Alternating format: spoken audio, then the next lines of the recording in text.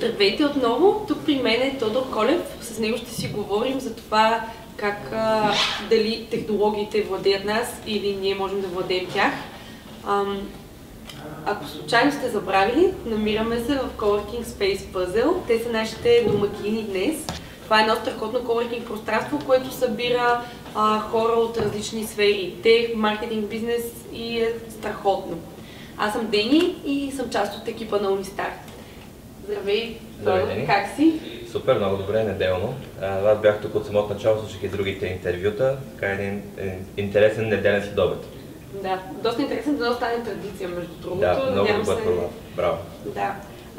Искам да продължим предната тема. Тони беше тук, говорихме си за младите програмисти. Ти защо избра да се занимаваш с програмиране? Интересен въпрос. Много хора. Любо, мисля, че каза в неговото интервю, че той е програмист по душа. И аз така съм програмист по душа. Почнах още 5-ти клас, 96-та година, 11 години. Всъщност преди това почнах да се занимавам с електроника. И за мен беше много важно да създам нещо. Тоест това, което исках от малък е да направя системка. Даже още от преди това, като не разбирах, опасвах цялата къща с канапи, защото правих система, нали, връзвах нещата едно с друго. Исках винаги да направя система, която работи. Първо започнах с електрониката, правих схемички. Обаче тогава бях много малък, може би бях трети клас и нещо такова и всъщност не разбирах изобщо физиката. И след това започнах да се занимавам, т.е. отидах на кръжок по програмиране и на кръжок по програмиране беше много по-лесно. Тогава почнах да пиша на езика Basic, което е много интересно, защото има едно така изказване на Dijkstra, много важен човек в информатиката, който е казал, че ако някой е писал на Basic, от него програмист няма да стане. След това Светлин Ахов го беше префразирал, ако някой е писал на PHP, от него програмист няма да стане. Аз съм писал и на Basic и на PHP. Но това просто започнах тогава с Basic и вече нещата бяха много лесни. Тоест, пишех на нещо подобно на английски, разбирах какво правя и тогава имах full power. Хем разбирах какво правя, хем можех да творя. Тогава открих софтуера, че едно дете в 11-ти клас можех да създам система и тази система да се ползва от истински потребители. Реално, може би една година след като почнах да програмирам нещо такова, баща ми беше полицай и му бях направил програмка да си следи хората там, контингента и да си ги търси по най-различни критерии. Така че още отрано видях, че софтуера ми се ползва и така се запалих. И всъщност аз цял живот съм бил програмист вече 20 години. Вече 20 години. Тоест, желанието да създаваш е причината да стартираш това. И ти, тук е моментът да вметнем, че ти всъщност не си типичен програмист. Защо да не съм типичен програмист? Програмист предприемач. Ами да, по едно време малко се отклоних от правия път, така да се каже. Даже наскоро това си говори. Това е отклоняване от правия път, така ли? Ами да, защото сега пак се върнах към програмирането. И примерно това, което бях научил, че бях дал много хубаво едно лаптопче, такова бизнесменско, тънко, въобще за нищо не става, само за мейл. И сега започнах да програмирам пак отскоро от няколко месеца, вече си взех така сериозна машина и така нататък и вече чувствам наистина с така пълни сили. Иначе, все едно бизнес, нали, предприемаческото ми амплуа, то все още го има, но смятам, че най-много стойност добавям към света, когато пиша код. Това, че вече успявам да намеря начини как системите, които прилагам, т.е. системите, които се създавам, да ги прилагам в бизнеса и в живота и да помагат на хората, това е нещо като хоби по-скоро, истинската ми страст е всъщност програмирането. Истинската ти страст с програмирането, може би някои от нашите зрители знаят, надявам се повечето от тях, че Тодор е част от Обекто и Обекто... Аз съм създателя на Обекто. Създателя всъщност на Обекто и всъщност той много дълго време подкрепя предприемаческата екосистема в България и един от хората, благодарение на които това става популярно и се организират безброй много и събития и въобще и съществуват организации. Разкажи ми за Обекто. Кога го стартира? Това ли е първият проект всъщност? Да, ами Обекто го стартирах 2008 година. Тогава работех в една друга компания, която беше пак така малко студио, да го кажем. И има начин, по който работиш тази компания и като цяло всички останали. Тоест тази компания сама по себе си нямаше нищо лошо. Но просто виждаш, че има нещо криво в целия начин, по който работи бизнеса. Още повече, че това беше 2008 година. 2008 година беше годината на голямата финансова криза, последната финансова криза. И тогава много хора започнаха да виждат, че има нещо много криво в начина, по който работи бизнеса и икономиката като цяло. И това, което исках да създам, без да знам какво точно, исках да направя компания, където хората да са на първо място. Тоест не парите, печалбите и всичко останало, но просто по някакъв начин хората да са на първо място. И през много фази мина Обекто, но това, което сме в момента, мисля, че е наистина есенцията на Обекто. Сега ние сме един дигитален кооператив. Тоест, отвън приличаме на компания, но вътре сме просто една мрежа от програмисти, които работят заедно и създават стойност заедно. Каква е целта на обект в момента? Защо съществува? Тази тема така има няколко отговора, но това, за което съществува, е защото има хора, които искат да съществуват. Тоест има хора от една страна, които участват в кооператива, има клиенти, които работят с нас. Тоест, така или иначе, хората създават обекта. Той съществува поради тази причина. А иначе това, което искам да постигна с него, може би е един нов модел организация. Тъй като тази тема за технологиите така на един бърз преразказ, че наистина всичко отива към автоматизация, голяма част от професиите изчезват. Съответно, когато тези голяма част от професиите изчезнат, голяма част от организационните структури, които има в света, ще станат излишни. И когато един човек има пълна свобода, тогава понятието като фирма и като служител и работодател почва да губи смисъл.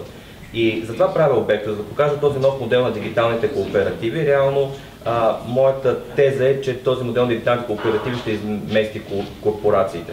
Всъщност това, ще ми вярвам, имам такъв въпрос. Какво е бъдещето на корпорациите? Да. Това е въпрос, който съм си написала предварително. Нека ще тръгнеш на там.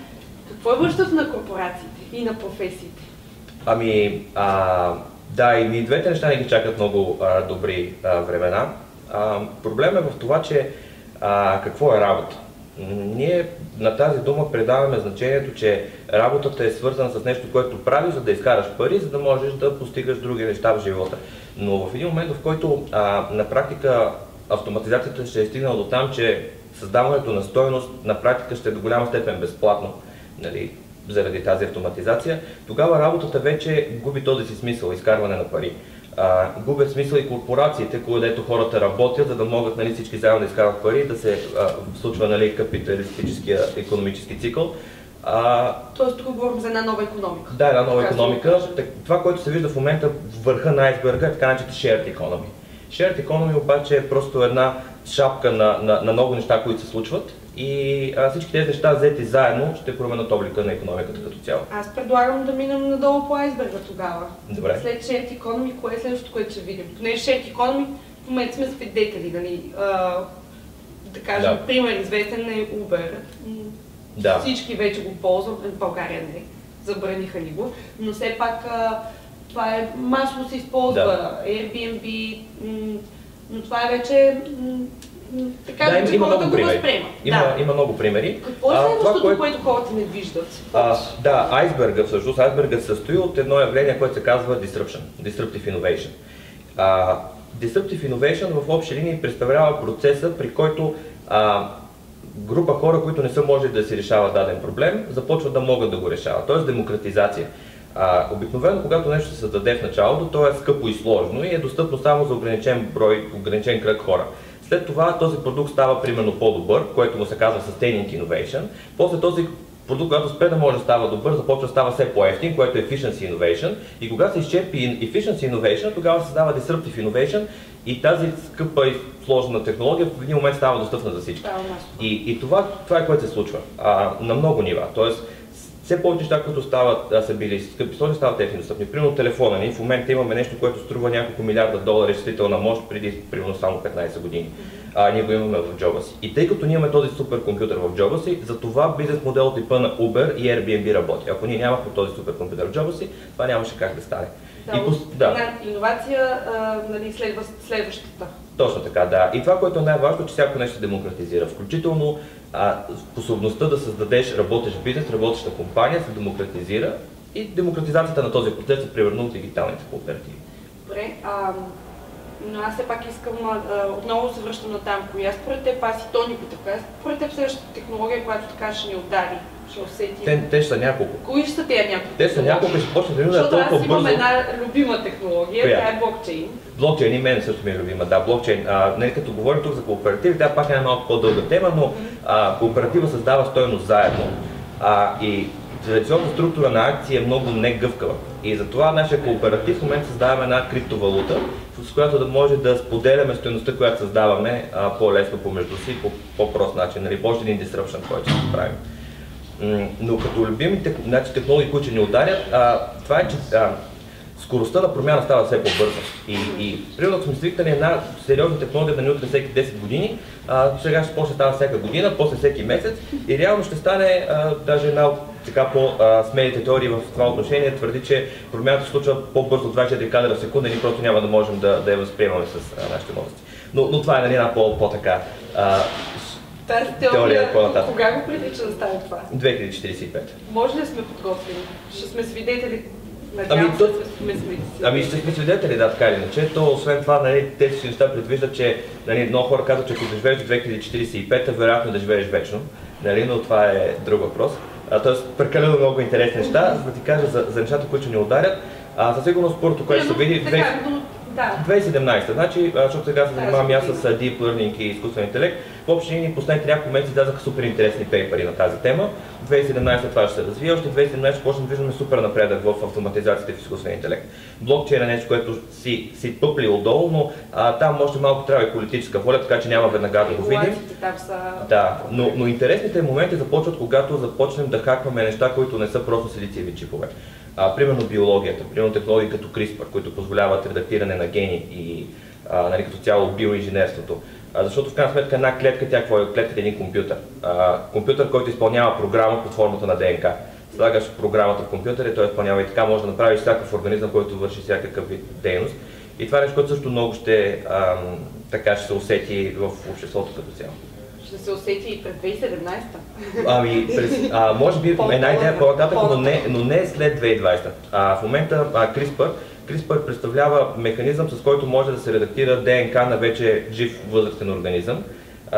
Той отива, реже една част от ДНК, той е заменя с друга, просто малка молекулна машинка и с това вече започват да се, т.е. има реално третиране на пациенти вече с такава технология за определен тип заболявания, но предполагам, че сравнително скоро ще стане широко разпространен. Примерно, ако сега човек иска да си прави експерименти с CRISPR, примерно кита, който премахва един ген и го заменя с друг, струва около $1200 и доставката е 4 седмици. За почти всичките известни гени. Вече доказателство, че малко или много се доближава до масово. То е масово. Да. Добре, ти говориш за автоматизация. Говорим тук за промени, които ни очакват още тази година. Професии.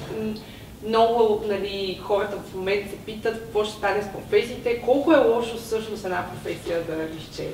Много е хубаво всъщност. И аз така мисля, нека обясни. Искам да чуя твоето мнение. Проблемът е, че в момента ние се намираме в една така икономическа система, която казва така, ти трябва да работиш, за да изкарваш пари, че евентуално да живееш добре. А сега какво става? То няма нужда да работиш. Парите, вероятно ще се стигне, за да не се разпадне цивилизация, която живеем, вероятно стигне до универсален базов доход, т.е. хората ще получават универсален доход, защото са хора. И в един момент остава последната част, само да живеем добре. Така че изчезването на работата и на професиите е нещо много хубаво, защото хората ще имат възможност да правят това, което наистина искат. И тук въпросът е какво хората наистина искат да правят. Скоро прочетах един много хубав цитат, сега не си го спомням точно дословно, но беше нещо типа на, че човек е най-продуктивен, когато се занимава с неща, които представляват продължение на детските му игри. Всеки е правил нещо като малък и ако правиш това като възрастен, най-вероятно ще си доста продуктивен. И щастлив. Много интересно. Тоест, ти, гледайки бъдещето на професия, това са... няма да има професии. Това ли искаш да кажеш? Да, по-общи линии. Тоест, ще има области на дейност, но работата по задължение ще отпадне.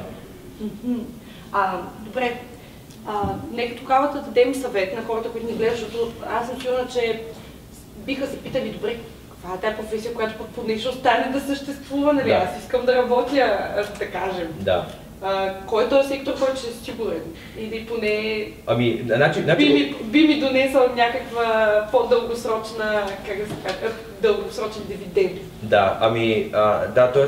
всяко нещо, което създава стойност, очевидно по някакъв начин се монетизира, защото парите всъщност са просто едни точки. Ние живеем в един геймифициран свят, където точките се мерят като пари. Но то не е по-различно от останалите игри, просто има начин, по който се събират тези точки. И тези начини ще се променят малко, но двете занимания, които човек може да прави в общи линии са, тази има една малко така формално доказателство, защо се стига до там, но има две неща, които се правят. Едното е инженерството. Процеса на използване на стара съществуваща технология за създаване на нова технология. Второто фундаментално нещо, което човек има нужда да прави и смисъл да прави, е предприемачеството. Това е процеса на вземане на текуща технология, за да се създава повече с по-малко, което е процеса на disruption, да създаваш повече с по-малко и да използваш технологията. Да, т.е.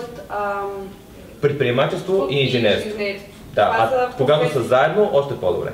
Тоест, ако трябва да отговорим на въпрос как да владее технологията на дете нас... Станете предприемачи. Или инженери. Или инженери. Добре. Гледат ни млади хора. Аз вече го коментирах, понеже съм го забелязала като проблем и с Тони го говорихме. Какво според теб би ги мотивирало да започнат да се занимават с едно от тези две неща? Какво е това нещо, което трябва да се случи да ги разтърси? Да им каже, ехо, да. Света е тук и... Ами, те неща ще се случат така или иначе. Нали, пак моята теза е, че съществуващата система до голяма степен ще рухне сравнително скоро. И тогава ще стане очевидно, нали, какво реално човек трябва да прави. Аз не мисля, че човек трябва да остава предприемач. Тоест, една такава вълна, всички да ставаме предприемачи. До голяма степен тези неща ще станат по естествен начин. Ако човек започне по-отрано, супер, но най-важното във всеки един момент е човек да се чувства добре от нещата, които прави. Защото корпорациите не могат просто да спрат да съществуват. Те ще се трансформират в нещо, но процесът на трансформация ще е процес и човек ще има време да се адаптира. Тоест, при всяко едно положение е важно човек да прави това, което му харесва. Ако му харесва да трупа опит в голяма корпорация, нека трупа опит в голяма корпорация. Ако смята, че така ще се бори, нали, веднага и ще нали, създава собствен бизнес, това също е окей. Важното е човек да се чувства мотивиран и щастлив. Супер, това е много готино. Аз сега мисля, че е време за въпросите. Аз мога да те разпитвам много за нашите технологии, не знам дали ще е интересно на другите да си говорим, специално за блокчейн, моята любима.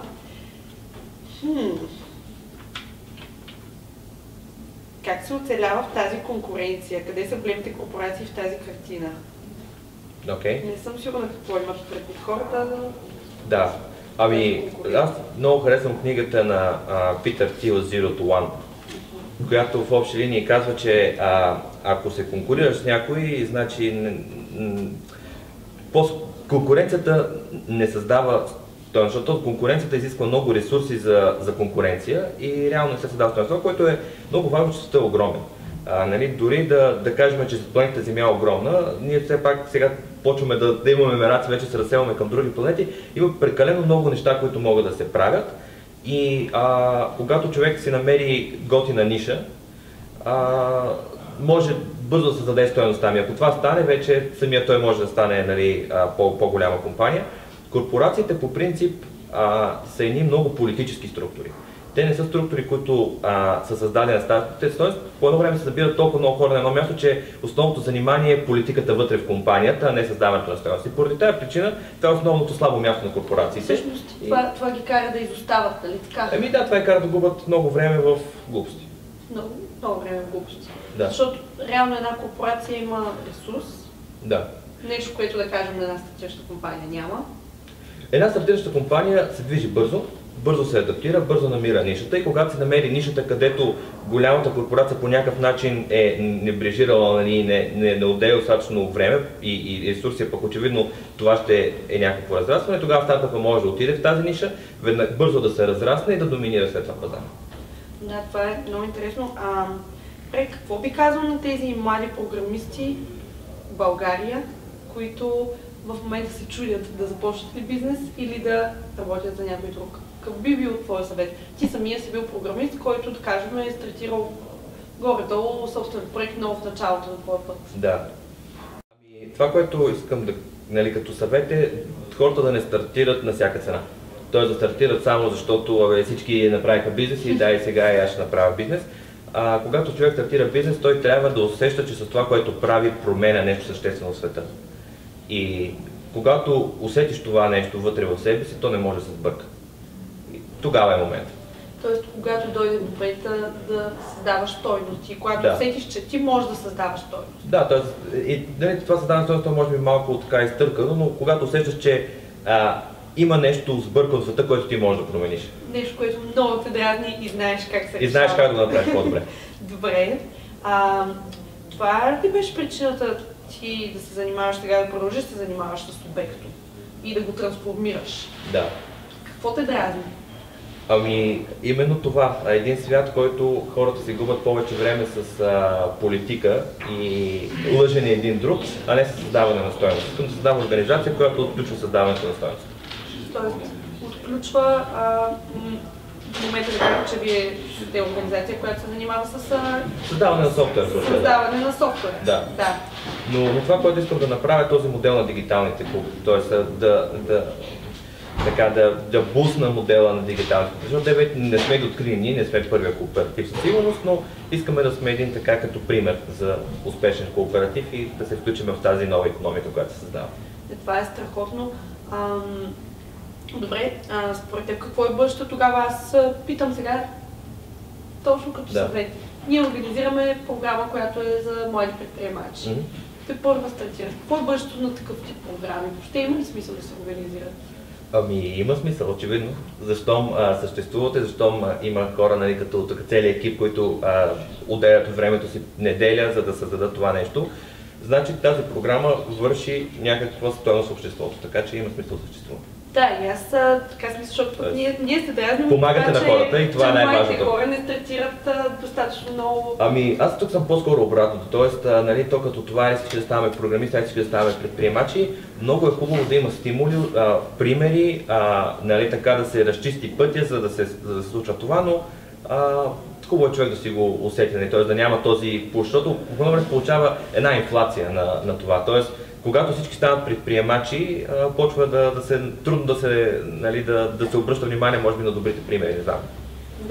Малко наводнява се все едно, да. Искаш да кажеш, че по-скоро може да стане така, че леко да се опорочи самата екосистема, ако прекалено много хора им се наложи, трябва да станат предприемачи или... Да, то става модно по едно време. Аз съм малко против тази модност. Как стана модно да си програмист, може би?